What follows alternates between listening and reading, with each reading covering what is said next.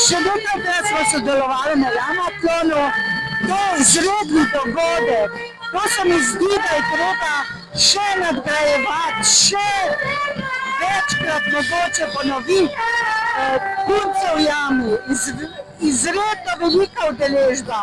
Na Jamatlonu, veliko večja udeležba kot lansko leto. No, letos sodelujemo s kulinariko in sicer z zasavskim grenadirmaršem. Malo smo ga popestrili in dodali tudi slanino. Tako da jaz upam, da so vsi zadovoljni.